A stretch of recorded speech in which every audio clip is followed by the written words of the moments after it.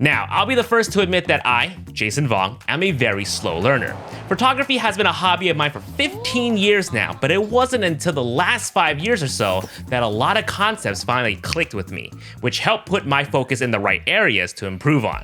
I stopped obsessing with things like trying to get the most correct camera settings every time and started looking at things from a different perspective. And most importantly, photographing at the most optimal time so I don't work too hard in the editing process. So here are 3 photography advice I wish I knew sooner. And shoutouts to PPA for sponsoring a portion of this video. Number 1, think negatively. Wait, what? Normally, that's not very good advice in life, but in photography, holy cow, it's one of the best lessons that I've learned in the recent years. And funny enough, thinking negatively is probably something you're instinctively already doing. Besides in life. Now picture this common scenario with me, right? We're out at a nice restaurant. What's the first thing we do? We take a photo. The camera always eats first, right? But before we take that photo, what are we doing? We're removing the napkins, we're pushing away the water cups, we're placing the menus on the vacant seats so we can get a clean shot of our delicious meal. Scrumptious. Now what if we take that same concept but apply it to other everyday photography? Let's take a look at this scenario right here where we're capturing springtime cherry blossoms in Japan. We have this yellow train passing through a sea of cherry blossoms.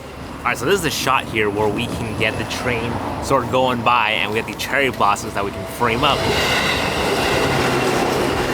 Now, as a wide shot, I don't think it looks too bad. I like it. But one could argue that the photo would look even better without cars.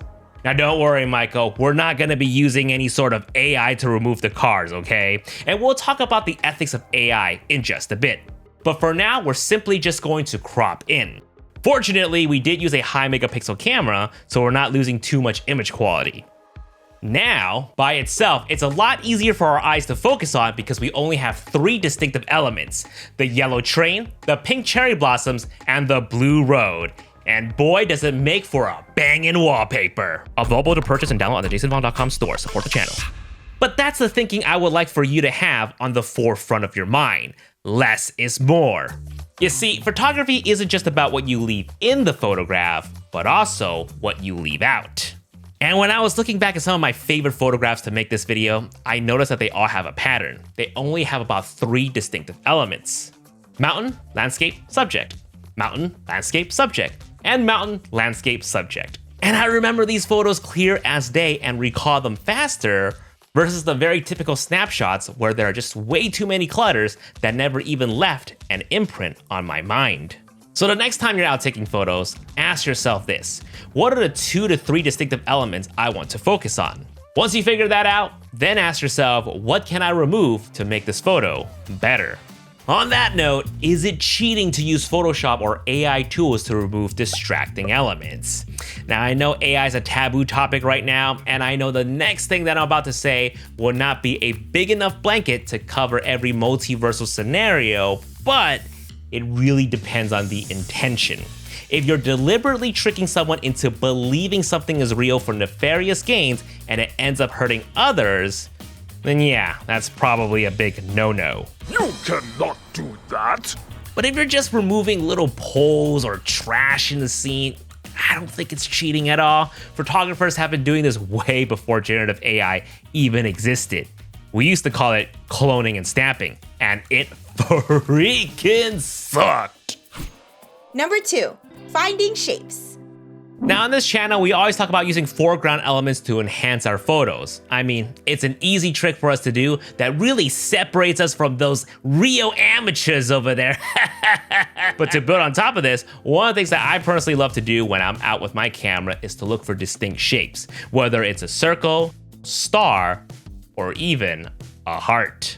That's how the cool kids do hearts these days. How it looks like a heart is beyond me.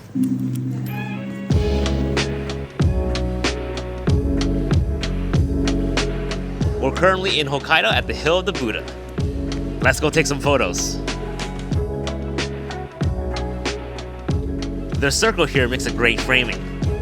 These distinct shapes not only make for great framings, but it's also easy on the eyes and helps viewers lock in on your photos faster. Especially when you're photographing something that has been photographed to oblivion, like Mount Fuji over there. Taking a photo of the same subject but through a different perspective will make your photos stand out even more. Now, of course, it doesn't have to be actual door frames or circular mirrors. You can actually combine multiple different elements to create distinct shapes. For example, I use a pole here with a tree and some foliage to create a square to frame up this shot of this chef head. And Vivian has this diamond frame using cherry blossom flowers to frame up this person sitting. Now, of course, I'm saying this well after the fact, right? Like after the photo was taken and we were just post-analyzing it. It wasn't like oh, hey, look, we saw a diamond shape over there.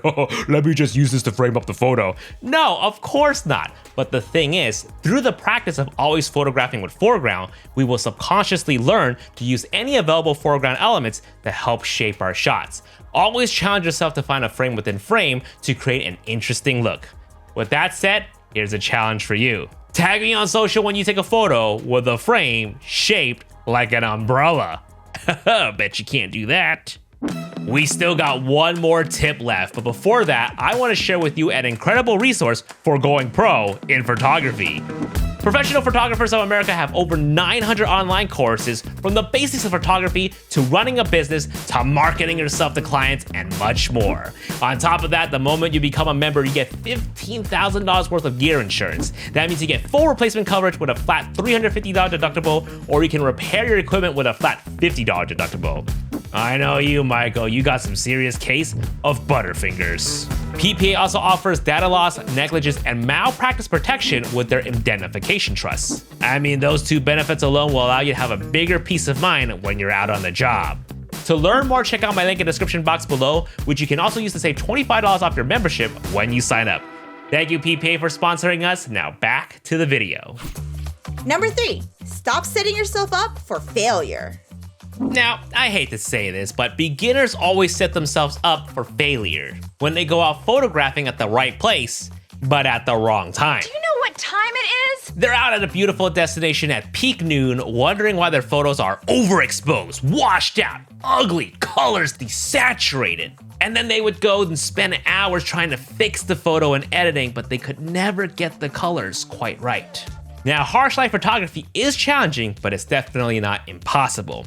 And this is a topic that we will visit in the distant future after I learn it myself. But ask any pro photographers out there and they will tell you sunrise, sunset, and blue hour are the best time to photograph.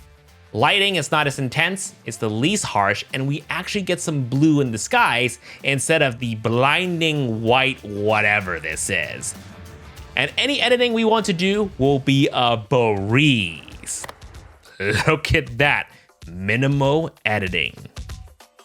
However, we don't often talk about blue hour on this channel, but it is awesome. It is the period right before the sun rises and just after the sun sets. The overall scene is just nice and blue. If you ever want to strengthen your night photography, blue hour is going to be the best because it'll be dark enough where the city lights will come on, but not pitch black enough to eliminate any shadow details that could be useful in your photos. By limiting yourself to the best time and best light for photography, you will always walk away with bangers. Remember, less is more. Thank you so much for watching. Check out PPA and we will see you guys in the next. Peace.